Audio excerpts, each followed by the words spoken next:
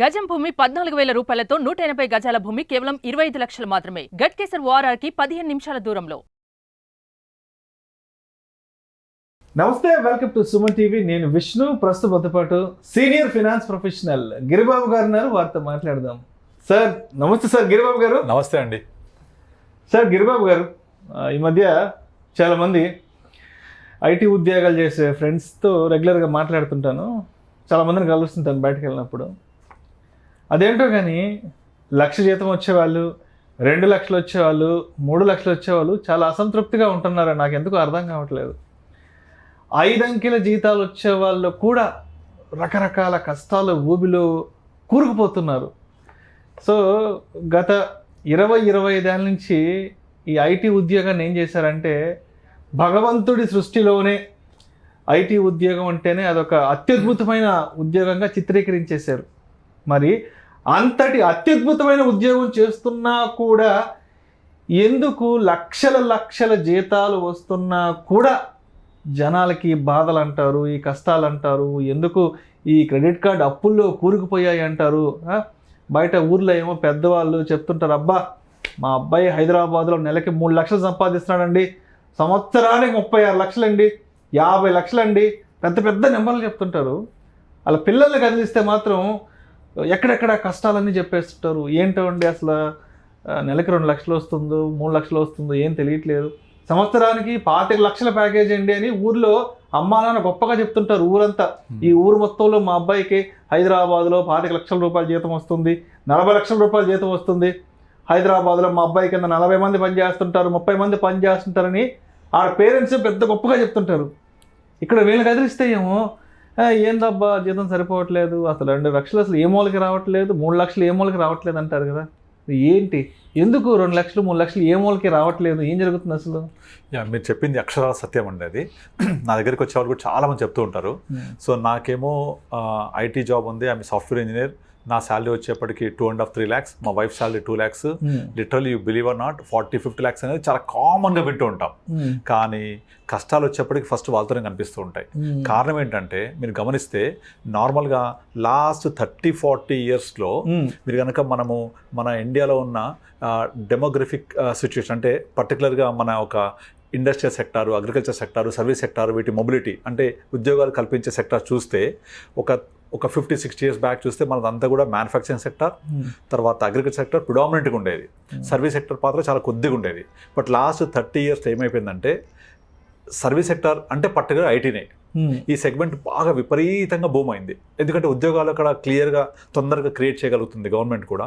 So తొందరగా create చేయడం వల్ల యూఎస్ నుంచి ఫారెన్ నుంచి మన ఇండియాకి బిజినెస్ తీసుకురావడము, ఇక్కడ బ్యాక్ ఆఫీస్లు కండక్ట్ చేయడము, సాఫ్ట్వేర్ కంపెనీస్ వల్ల ఫస్ట్ హెడ్ ఆఫీస్ యూఎస్లో ఉంటే సెకండ్ హెడ్ ఆఫీస్ ఇండియాలో పెట్టుకోవడం, అది పర్టికులర్ హైదరాబాదు, బెంగళూరు లాంటివి సిటీస్ అన్నీ ఒక ఐటీ హబ్ అయిపోయినాయి. మొత్తం వరల్డ్ వైడ్గా చూసుకుంటే India is the IT hub అయిపోయింది. అయితే ఈ ఐటీ హబ్తో పాటుగా ఉద్యోగాలు కూడా చాలా శాలరీస్ పెరిగిపోయాయి. అంటే ఉద్యోగులు పెరిగారు, వాళ్ళ శాలరీస్ పెరిగిపోయాయి. ఒక 25-30 years బ్యాక్ మనం నార్మల్ శాలరీ ఎంత అంటే 5,000-6,000 చెప్పేవాళ్ళం 30 years బ్యాక్. అది ఒక 20 years బ్యాక్ 10-15 వచ్చేసింది. కానీ సేమ్ నార్మల్ ఉద్యోగికి 10-15 వస్తే ఒక ఐటీ ఎంప్లాయీకి 30-40,000 వచ్చేది. ఇవాళ రోజున కూడా మనం ఒక నార్మల్ ఎంప్లాయీకి ఎంత శాలరీ అంటే 50-60 అనుకుంటే, అదే ఐటీలో పనిచేసే వాళ్ళకు 1.5-2 lakhs ఉంటాయి. ఇది ఎట్లా అయిపోయిందంటే మీరు ఎగ్జాంపుల్ మాదాపూర్, కొండాపూర్ ఏరియాకి వెళ్తే అక్కడ రెంట్స్ అన్నీ కూడా నార్మల్ ఏరియా కంటే ఎక్కువ ఉంటాయి. ఎందుకంటే మీరు ఐటీ ఎంప్లాయీస్ కాబట్టి. కిరాణా షాపులలో ధరలు ఎక్కువ ఛార్జ్ చేస్తారు, ఎక్కడికి వెళ్ళు ఛార్జెస్ ఎక్కువ ఉంటాయి. ఇంటికి అమ్మే కూరగాయలు అమ్మేవాళ్ళు వాళ్ళు వచ్చినా కూడా ఐటీ ఎంప్లాయీ అనగానే వీళ్ళకి ఛార్జ్ ఎక్కువ చేయాలి, ఎందుకంటే వాళ్ళకి డబ్బులు ఎక్కువ ఉంటాయని ఒక ఫీలింగ్. డబ్బులు ఎక్కువ ఉంటాయని అమ్మేవాళ్ళకు ఫీలింగ్, మాకు డబ్బులు ఎక్కువ వస్తాయని ఎంప్లాయీస్ ఫీలింగ్. ఇక్కడ జరుగుతున్న మిస్టేక్ ఏంటంటే మాకు డబ్బులు వస్తున్నాయి కనుక మాకు వస్తాయి ఎప్పటికీ అనే ఫీలింగ్ తోటి యాక్చువల్గా మనం అంటుంటాం నార్మల్గా డబ్బులు వస్తూ ఉంటే దాన్ని ఎంత బాగా పొదుపు చేసుకొని మేనేజ్ చేసుకుంటే అంత బెటర్ లైఫ్ ఉంటుంది ఫ్యూచర్లో అని. వాళ్ళు డబ్బులు వస్తూ ఉంటే నాకు ఎప్పుడు వస్తూ ఉంటాయి ఇలాగా, నేను ఎప్పుడు వర్క్ చేస్తూ ఉంటాను అనే ఫీలింగ్ తోటి వాళ్ళు ఫైనాన్షియల్ ప్లానింగ్ మర్చిపోతారు. ఎందుకంటే ఫస్ట్ మనం ఏం చేస్తాము, కడుపు నిండాక కళలు అని ఒక సామెత ఉంటుంది, కడుపు నిండాక కళలు. సో నా ఫస్ట్ నా కడుపు నిండిపోయింది, ఇక నేను కళలు ప్రదర్శిస్తా. అంటే ఆ కళలు ప్రదర్శించడం అంటే నేను మంచి హై ఎండ్ కార్ కొనుక్కోవాలి, ఒక పెద్ద ఫ్లాట్ కొనుక్కోవాలి, మా పిల్లల్ని ఒక ఇంటర్నేషనల్ స్కూల్లో చదివించాలి, అవుటింగ్కి వెళ్ళాలి, వెకేషన్కి వెళ్ళాలి. వెకేషన్ అంటే ఏదో మన అమ్మమ్మ ఊరు నాన్నమ్మ ఊరు కాదు, సింగపూర్ వెళ్ళాలి, మలేషియా వెళ్ళాలి. ఇట్లా ప్రతి ఒక్క సెగ్మెంట్లో కూడా ఐటీ ఎంప్లాయ్ అనగానే డబ్బులు ఎక్కువ వస్తాయని, ఖర్చులు ఎక్కువ ఉంటాయని ఫీలింగ్ తోటి అందరికీ మైండ్లో పడిపోయి అలాగే బిహేవ్ చేస్తున్నారు. కానీ దీంట్లో ఏమైపోతుంది, నార్మల్ ఎంప్లాయీకి ఉద్యోగ జీవితం 60 సంవత్సరాల దాకా ఉంటుంది నార్మల్ వ్యక్తులకు. కానీ వీళ్ళ ఉద్యోగ జీవితం ఎంత ఉంటుంది, మ్యాక్సిమం 45-50. సర్ప్రైజింగ్లీ 40 నుంచి వాళ్ళకి అర్థమైపోద్ది నేను 50 తర్వాత పని చేయలేను. మరి అప్పుడు ఏమన్నా పని చేయలేను అనుకున్నప్పుడు ప్లాన్ బి ఉంటుందా, నాకు ప్యాసివ్ ఇన్కమ్ ఎక్కడ ఉంటుంది, తెలియదు, ఐడియా లేదు. ఇక 40-45 వచ్చాక అప్పుడు పరిగెడతారు, నేను 50 తర్వాత పని చేయకపోతే పరిస్థితి ఏంటి, నాకు పెన్షన్ ఎవరు ఇస్తారు, నాకు మంత్లీ ఇన్కమ్ ఎలా వస్తుంది అని ఆలోచన స్టార్ట్ చేస్తారు. కానీ అప్పటికే సినిమా అయిపోయి ఉంటుంది. మొదట్లో అంతా ఏం చేస్తారు, ఆల్మోస్ట్ 25-26లో జాబ్ రాగానే ఇక జీతాలు నార్మల్గానే, ఇప్పుడు మా ఫాదర్ ఏజ్లో ఉన్నప్పుడు 1975లో అరౌండ్ 250-300 శాలరీ వచ్చేది. అది కాస్త నెమ్మదిగా పెరుగుతూ ఒక ప్రొపోర్షన్గా వచ్చింది. కానీ ఇప్పుడు అదే ఫాదర్కి ఎంత శాలరీ వస్తుందో 55-60లో, కొడుకుకి ఇంచుమించు ఎంత శాలరీ వస్తుంది బిగినింగ్ స్టేజ్లోనే. అంత ఎక్స్పోనెన్షియల్ పెరిగిపోయాయి. కనుక వాళ్ళకు ఆ డబ్బు యొక్క విలువ అనేది అంత తొందరగా ఎక్కువ డబ్బు రావడం వల్ల తెలియట్లేదు. ఆ తెలియకపోవడం వల్ల ఖర్చులు విపరీతంగా పెట్టడం మొదలుపెట్టేశారు. విపరీతంగా ఖర్చులు పెట్టేసరికి దాంట్లో ఉన్న సేవింగ్స్ హ్యాబిట్ అని, ఫ్యూచర్లో నేను దీన్ని చూసుకోవాలని, ఇలాంటి బేసిక్ కాన్సెప్ట్స్ మర్చిపోతున్నారు. అందుకనే మీకు కష్టాలు, కన్నీళ్ళు, నాకు డబ్బులు సరిపోవట్లేదు, నేను అప్పుడు ఓబీలో ఉన్నాను, ఇలాంటివి చెప్పారు అంటే మెజారిటీ ఆఫ్ పీపుల్ ఐటీ సెగ్మెంట్లో ఉంటారు. ఎందుకంటే వాళ్ళకి డబ్బులు ఎక్కువ వస్తాయి, ఖర్చులు కూడా ఎక్కువ వాళ్ళకే ఉంటాయి, కష్టాలు కూడా ఎక్కువ వాళ్ళకే ఉంటాయి. తక్కువ డబ్బులు వచ్చేప్పుడు ఒక చిన్న అకౌంటెంట్ శాలరీ జాబ్ అనుకోండి, వాళ్ళ శాలరీ 10,000 ఉంటాయి, అలా సర్దుకుపోతారు. నాకు ఎక్కువ వస్తేనే ఫీలింగ్లో ఎక్కువ ఖర్చు పెట్టేస్తారు. బట్ అక్కడ స్టెబిలిటీ దెబ్బతింటుంది. ఆ ఖర్చులు ఎక్కువ పెడుతూ ఉంటే సేమ్ లైఫ్ స్టైల్ అలవాటు అయిందా, ఆ సేమ్ లైఫ్ స్టైల్ అలవాటు అయినప్పుడు మళ్ళీ ఫ్యూచర్లో కూడా అలాగే చేయాలి కదా, చేయలేకపోతారు. ఇక్కడ పెరుగుతున్నాయి ఏంటి, ధరలు, ఖర్చులు రెండు ఉంటాయి. అంటే ధరల పెరుగుదల ఇన్ఫ్లేషన్ మేరకు పెరుగుతుంటుంది. మేబీ ఎడ్యుకేషన్ ఇన్ఫ్లేషన్ ఎక్కువ ఉండొచ్చు, హెల్త్ ఇన్ఫ్లేషన్ ఎక్కువ ఉండొచ్చు. కానీ ఆ పెరుగుతున్న ధరల కంటే పెట్టే ఖర్చులు ఎక్కువ ఉంటాయి. ఖర్చులు ఏంటంటే లైఫ్ స్టైల్ ఎక్స్పెన్సెస్. నార్మల్గా ఒక మారుతి సెలెరియోనో లేకపోతే మారుతి 7-8 lakhs లాంటి ఆ వాల్యూ కార్లో కాకుండా హై ఎండ్ కార్కి వెళ్ళిపోతారు, మినిమం 20 lakhs. ఖర్చులు పెరిగిపోయాయా? ఆ తర్వాత నేను ఉండే ఇల్లు కూడా 2 BHK కాదు 3 BHK ఉండాలి, సర్వెంట్ మెయిడ్ రూమ్ ఉండాలి, నాకు వర్కింగ్ స్పేస్ ఉండాలి, ఇలా వెళ్ళిపోతారు. అప్పుడు ధర పెరిగిపోయా. నార్మల్ 80 lakhs 1 crore ఉండే ఫ్లాట్ కాస్త 2 కోట్లు అయిపోయింది. ఈఎంఐ కట్టాలా? సో ఆల్మోస్ట్ 20 years పాటు ఈఎంఐ అనుకుంటే అట్లీస్ట్ 20 years లోన్ తీసుకొని 10 years పాటు కడుతూ పోతుంటారు. వెనక్కి తిరిగి చూస్తే ఏముంటుందంటే లోన్ క్లియర్ అయిపోయి ఒక ఇల్లు ఉంటుంది అంతే. Where is the life? So ఈ జంజాటలు పడిపోయి నేను లైఫ్ని లీడ్ చేయట్లేదు. జీవితం అంటే ఏంటి, జీవించడం కదా, అది మర్చిపోతున్నారు. సో ఈ ఖర్చులు, డబ్బులు ఎక్కువ వస్తున్నాయి, ఖర్చు ఎక్కువ పెడుతున్నా, డబ్బులు ఎక్కువ వస్తున్నాయి, ఖర్చు ఎక్కువ పెడుతున్నా.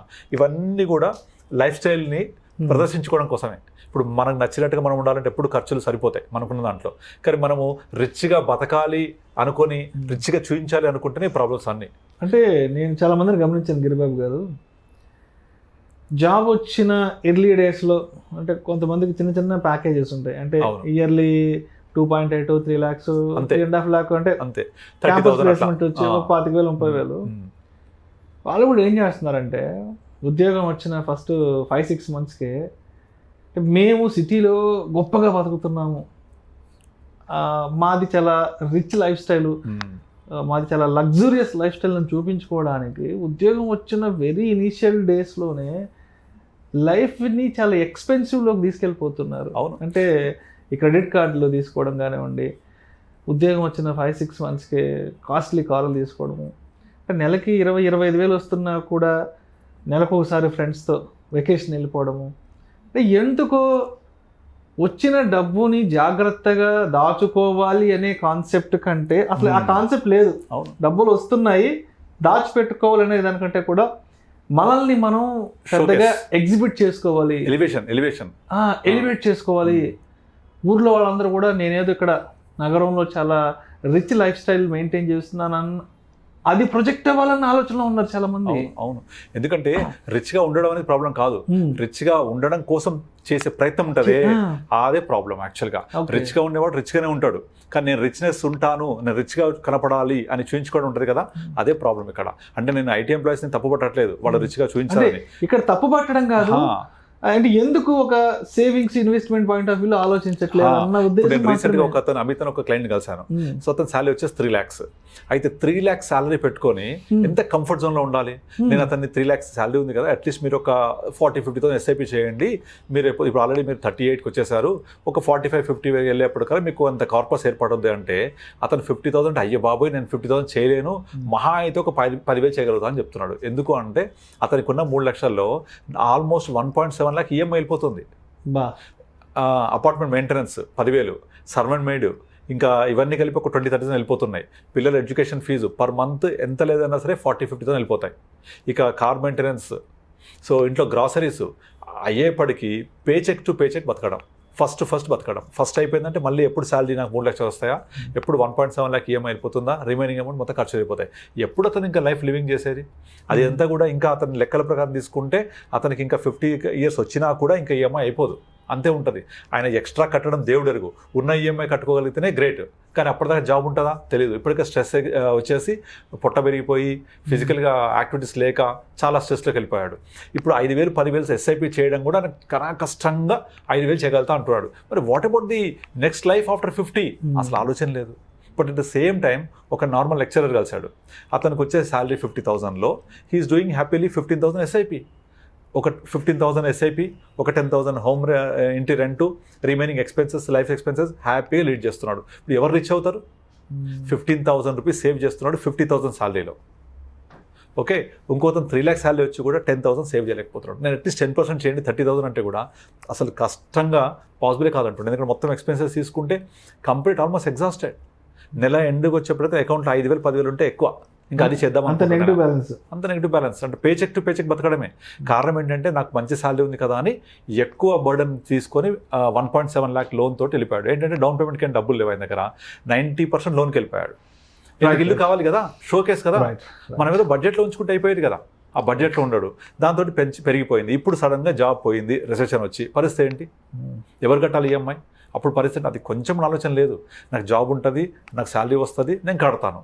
ఇవన్నీ కూడా మన బడ్జెట్లో చూసుకోవాలి. ఒకవేళ జాబ్ లేకపోతే ఏమవుతుంది, నేను ఎంతవరకు సస్టైన్ అవ్వగలను, ఇగో ఇలాంటి బేసిక్ ప్లానింగ్ మిస్ అవ్వడం వల్లనే. ఇంకొక చాలామంది దానికి వచ్చిన వాళ్ళు ఏం చెప్తుంటారు, నేను పర్సనల్ లోన్స్ చాలా ఉన్నాయంటారు. ఎందుకంటే ప్లాట్లు కొన్నా, ఎందుకంటే నేను ఆల్రెడీ మా ఫ్రెండ్స్ కొన్నారు, బావ కొన్నాడు, బామ్మర్ది కొన్నాడు, ప్లాట్స్ కొనేసి ఇరుక్కుపోయారు.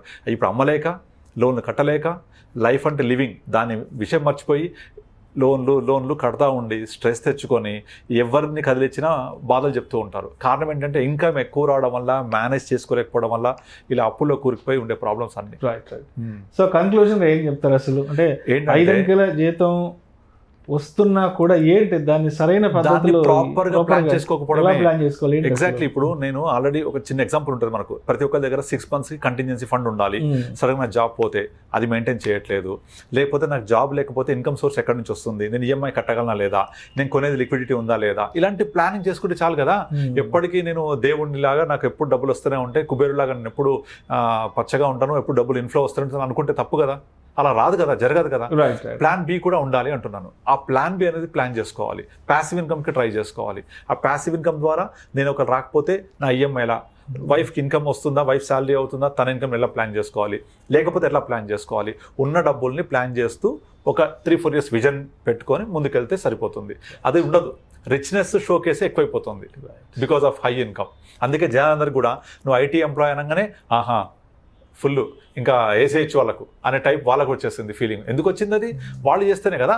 మీరు మాదాపూర్, కొండాపూర్ వెళ్ళండి, రెంట్స్ నార్మల్ చోట్ల 15,000 ఉంటే అక్కడ 25,000 ఉంటాయి. ఎందుకంటే ఐటీ పీపుల్ అంటారు వాళ్ళు. అంటే ఐటీ ఉంటే డబ్బులు ఎక్కువ ఉంటాయి అంతే. ఎందుకు ఎక్కువ ఉంటాయంటే షోకేస్ చేసుకున్నాం కాబట్టి. అవును కదా.